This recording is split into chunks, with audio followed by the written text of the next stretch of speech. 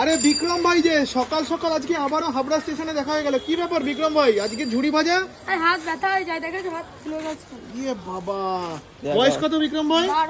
12 বছর বয়সে সংসার চালাবার জন্য আরে বিক্রম ভাই। হাতটা কিন্তু ঠিক আছে, আরে হাতটা দেখো। আচ্ছা, মেয়েদের কসমেটিক্সের আইটেম বিক্রি করে দেখে ভাই কিন্তু হাত ফুলে যায়। এখন থেকে কিন্তু ভাই আবার ঝুড়ি ভাজা বিক্রি করে। বিক্রম ভাই আমাদের আপনি স্টেশনে গরিব মানুষকে আজকে ঝুড়ি ভাজা খাওয়াবে। আরে দেখো নাম্বার আমার। হ্যাঁ, বিক্রম ভাইয়ের নাম্বার আমি দিয়ে দিলাম, দেখে এই নাও। যে এই যে হ্যাঁ, দিয়ে দিয়েছি। হ্যাঁ, দেখে নিয়েছে সবাই। বিক্রম ভাইকে সবাই হেল্প করতে হলে কি করে হেল্প করবে বিক্রম ভাই? নাম্বার দেখিয়ে দিয়েছি, রাখো রাখো এই রাখো। নাম্বারটায় কল করবে। হ্যাঁ, নাম্বারটা দেখিয়ে দাও, বিক্রম ভাই আমাদের প্রিয় বিক্রম ভাই দেখো। দেখিয়ে দিয়েছি, এবার সরাও। হ্যাঁ, বলো কি করে হেল্প করবে তোমাকে, বলো। আমার এই নাম্বারটায় কল করবে, আমি আমার কাছে থাকে সবসময় ফোন। আচ্ছা, 200 300 সাইডে দাঁড়াও, সাইডে দাঁড়াও, এখানে দাঁড়াও। সাইডে দাঁড়াও। 200 300 400 500 যার যেরকম সামর্থ্য সে কিন্তু দেবে, তাই তো বিক্রম ভাই?